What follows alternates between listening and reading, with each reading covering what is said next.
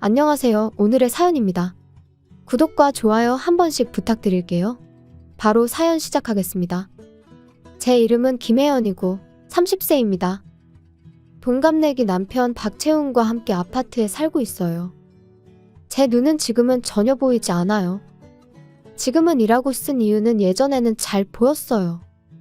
어렸을 때는 안경 없이 맨눈으로 양쪽 모두 1.5는 보였는데 10대 후반쯤부터 점차 잘 보이지 않고 난시와 근시로 고생하기 시작했어요.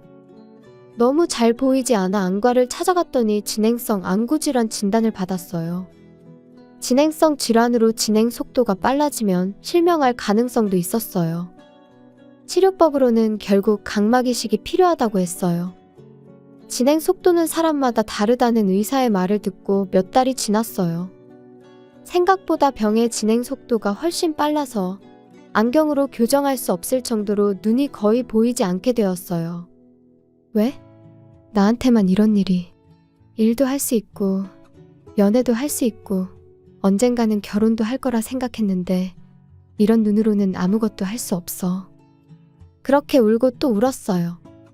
부모님은 계속 저를 다독여 주셨지만 당시에 저는 충격이 너무 커서 부모님의 마음은 모르고 상처되는 말만 했었어요. 그런 저를 바꿔준 건 어느 밴드의 노래 덕분이었어요. 힘들었던 시절의 유일한 버팀목이 음악이었어요. 우연히 본 유튜브에서 나오는 노래가 제 마음을 위로해줬거든요. 그 후로 그 밴드의 노래만 듣게 되었어요. 힘을 얻는 것 같았고 점점 생각도 긍정적으로 바뀌게 되더라고요. 아빠, 엄마, 그동안 미안했어요. 이제부터는 저 혼자서도 잘 살아갈 수 있도록 노력할게요. 그동안 방황하던 제가 이런 말을 하니 부모님은 많이 놀라신 듯 했지만 앞으로 포기하지 말라고 말씀해 주셨어요. 그때부터 열심히 공부했어요. 시각장애가 있어도 일을 하기 위해 여러 가지 준비를 시작했어요. 그리고 제 마음을 어루만져준 밴드의 공연도 보러 다녔어요. 눈이 보이지 않아도 음악은 즐길 수 있잖아요. 그 공연장에서 지금의 남편을 만났어요. 공연을 마치고 돌아가는 길에 저는 흰 지팡이를 짚고 공연장을 나가려고 했어요. 그런데 작은 단차를 발견하지 못하고 넘어질 뻔한 거예요. 그때 누군가가 넘어지기 직전에 저를 붙잡아 주셨어요. 순간적으로 무슨 일이 일어났는지 알 수 없었지만 어쨌든 저는 넘어지지 않았어요. 도와주신 분에게 고맙습니다. 덕분에 넘어지지 않았어요. 라고 감사 인사를 전하자 아닙니다. 괜찮으세요? 괜찮아요. 덕분에 안 다쳤어요. 어디로 가시는 중이셨어요? 만약 전철로 가시는 중이었으면 역까지 모셔다 드릴까요? 딱히 다른 곳으로 데려다 주려고 하는 건 아니에요. 정말 역까지만. 조금은 조급한 듯이 말하는 모습이 재미있어서 저도 모르게 웃음이 나왔어요. 그럼 역까지만 부탁할 수 있을까요? 이 사람이라면 믿어도 될 것 같다는 생각이 들었어요. 이렇게 시작된 만남이 결혼으로까지 발전하게 된 거죠. 공연장에서 만난 그와 몇 번 차를 마시거나 밥을 먹게 되었어요. 제 눈에 대해 가장 먼저 설명해 줬어요. 지금은 각막 이식을 기다리고 있다는 것도요. 요즘은 시대적 상황 때문에 몇 년 전보다 각막 이식 건수가 줄었어요. 그는 제가 눈이 보이지 않는 것에 대해 전혀 신경 쓰지 않는다고 했어요. 처음에는 친구로서 정말 친하게 지냈어요. 눈이 나빠지고 나서 새로 친구를 사귄 것은 처음이라서 저는 무척이나 기분이 좋았어요. 게다가 친구로서 만나다가 그가 사귀자고 고백을 했어요. 저는 눈이 보이지 않게 된 후 연애는 불가능할 거라고 생각하고 포기하고 있었거든요. 직장을 구한 것만으로도 감사하고 좋아하는 밴드의 라이브에 갈 수 있는 것만으로도 행복한 삶을 살고 있다고 생각했어요. 그런데 고백을 받다니 저기 나는 눈이 안 보이잖아. 그래도 괜찮아? 저는 이 질문을 여러 번 했어요. 그때마다 그는 그런 거 신경 안 써. 오히려 각막 이식 수술 차례가 돼서 눈이 보이게 되었을 때 내 얼굴을 보고 실망하지 않을까 그런 생각만 하고 있어. 라며 농담을 섞어가며 제 마음을 가볍게 해주었어요. 그렇게 우리는 사귀기 시작했어요. 남자친구의 부모님은 그가 어렸을 때 이혼하고 어머니와 둘이서 살아왔다고 해요. 그래서 어머니에게 인사를 드리러 가기로 했어요. 무슨 말을 들을까? 만약 사귀는 것조차 반대하면 어쩌지? 불안함이 컸지만 막상 만나보니 오늘 잘 왔어. 이렇게 만나서 이야기 나누는 나를 기다렸어. 표정은 볼 수 없었지만 목소리만 들어도 나쁜 사람은 아니라는 걸 느낄 수 있었어요. 첫인상처럼 친절하고 상냥하고 제 이야기도 잘 들어주시고 정말 좋은 사람이었어요. 이런 사람들이 있구나. 저는 언젠가는 이 사람들의 가족이 될 수 있을 것 같다는 생각이 들었어요. 그리고 마침내 그의 프로포즈를 받았어요. 저는 그 자리에서 울음을 터뜨릴 정도로 기뻤어요. 이런 저를 좋아해주고 결혼해준다는 게 기적과 같은 일이죠. 앞으로 어떤 일이 있어도 평생 행복하게 해줄게. 라는 프로포즈 말은 아무리 나이가 들어도 잊지 못할 것 같아요.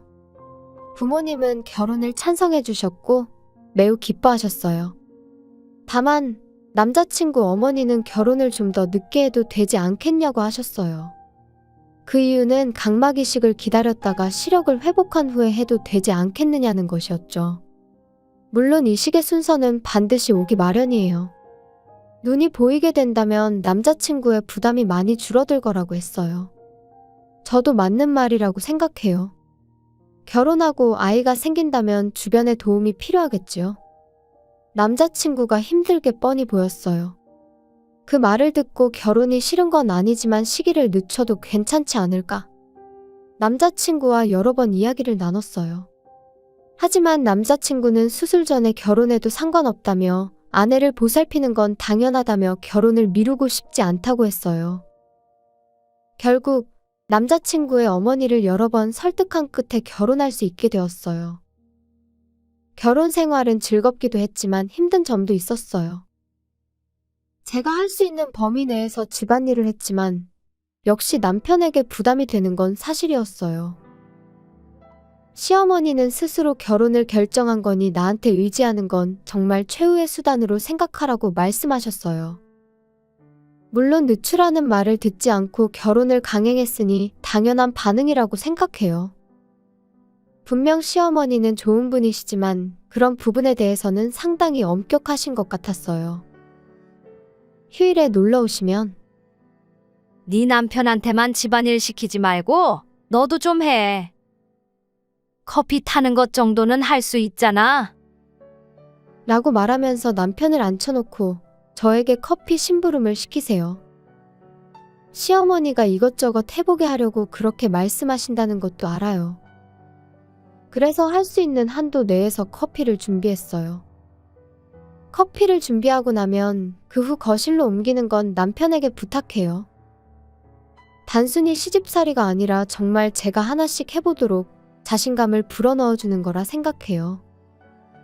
그렇게 조금씩 할 수 있는 일이 많아지던 어느 날, 드디어 제 각막 이식 수술 차례가 되었어요. 그 소식을 듣고 남편과 부둥켜 안고 기뻐했어요. 이제 남편의 얼굴도 볼 수 있게 된 거죠. 남편의 부담도 줄어들 거고 이제 아이도 키울 수 있어요. 하고 싶은 일들이 마구마구 생각났어요. 저는 초조한 마음으로 수술 날짜를 기다렸어요. 그런데 남편은 날이 갈수록 조금씩 기운이 없어지는 거예요. 여보, 요즘 왜 그래? 목소리가 안 좋아 보이는데 무슨 일 있어? 아니야, 그냥 일 때문에 좀 피곤한 거니까 신경 쓰지 마. 라며 사실대로 말해주지 않아요. 왜 그럴까? 남편의 태도와 목소리 톤의 변화에 저도 조금 불안해지기 시작했어요. 그러고 있는 사이에 수술 당일이 되었어요. 저는 여러 사람들의 응원을 받으며 수술실로 향했어요. 다행히 수술은 성공적으로 끝났어요. 이제 붕대만 풀면 앞을 볼 수 있어요. 이제 며칠만 참으면 되네. 그리고 붕대를 뗄 수 있는 날이 되었어요. 희미하게 무언가가 보여요.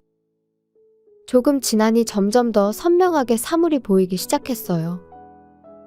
정말 오랜만에 보이는 세상. 아직은 흐릿하지만 앞을 볼 수 있다는 게 기뻤어요. 그리고 남편이 말을 걸어왔어요. 드디어 보이는구나. 그곳에 있던 건 처음 보는 남편이었어요. 그런데 어딘지 모르게 낯익은 얼굴이었어요. 저는 그 낯익은 얼굴에 정체가 떠올라 덜덜 떨렸어요. 그 떨림의 정체는 바로 두려움이었어요. 왜냐하면 남편의 정체는 어렸을 때 갑자기 제 앞에서 사라져버린 어린 시절 친구였기 때문이에요. 어릴 적 친구라고 하면 모두 좋은 쪽으로 생각하겠지만 남편은 저를 괴롭히던 사람이었어요. 심하게 괴롭힌 건 아니었지만 저를 괴롭혔었다는 사실은 변함없어요. 왜? 나를 괴롭혔던 너가 도대체 왜? 남편이 말을 꺼내기도 전에 어머니가 먼저 입을 열었어요. 채웅이한테 너를 부탁한 건 바로 나였어. 엄마, 그게 무슨 말이야? 전혀 이해가 안 돼. 몸의 떨림은 조금 가라앉았지만 그 대신 분노가 치밀어 올랐어요. 엄마, 무슨 일인지 제대로 설명해줘. 제가 눈이 보이지 않고 방황하던 시기에 어머니는 언제까지나 이대로 지내게 할 수 없다는 생각을 계속하고 있었대요. 그러던 중 우연히 길에서 남편을 만난 거죠. 아니, 오히려 남편이 먼저 알아봤대요. 혜연이 어머니 아니세요? 저 어렸을 때 옆집에 살았던 박채웅이에요. 채웅아, 그동안 잘 지냈어? 갑자기 이사 가더니 오랜만이네. 어머니는 제가 괴롭힘 당한 건 전혀 모르세요. 그땐 아무 말도 할 수 없었어요. 부모님이 이혼한 것 때문에. 그렇게 남편과 잠깐 이야기를 나누게 되었다고 해요.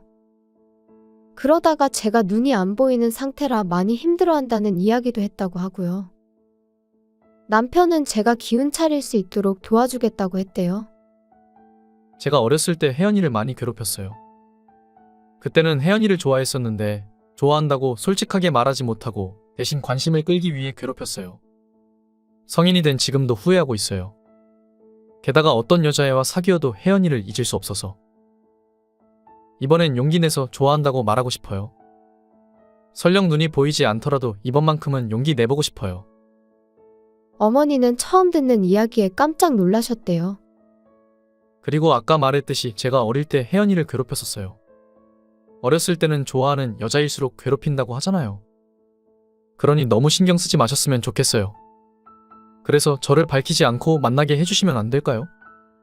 언젠가는 이야기를 하겠지만 그때까지는 그냥 처음 만난 사이로 해주세요. 멋대로 부탁드려서 죄송해요. 이렇게 해서 남편은 우연을 가장하고 제 앞에 나타나게 된 거예요. 그 후의 이야기는 지금까지 이야기한 대로예요. 시어머니도 이 작전에 동참한 사람 중 한 명이고요. 다들 저를 속이고 있었네요. 앞을 못 본다고 해서 예전에 저를 괴롭혔던 사람에게 저를 맡긴다는 게 말이 돼요? 제가 그때 얼마나 마음고생했었는지 아세요? 그걸 좋아해서 괴롭혔다고 하면 쉽게 이해할 줄 알았어요? 제가 그 어린 나이에 이사 갔다는 소식에 얼마나 기뻐했는데요. 그런데 저를 속이고 결혼까지 시키다니. 여기서 저 혼자만 바보네요. 남편은 아무 말도 하지 않았어요. 자신이 속였다는 미안함이 있었기 때문일 거예요. 그리고 저는 결정적인 한마디를 내뱉었어요. 지금 당장 이혼해.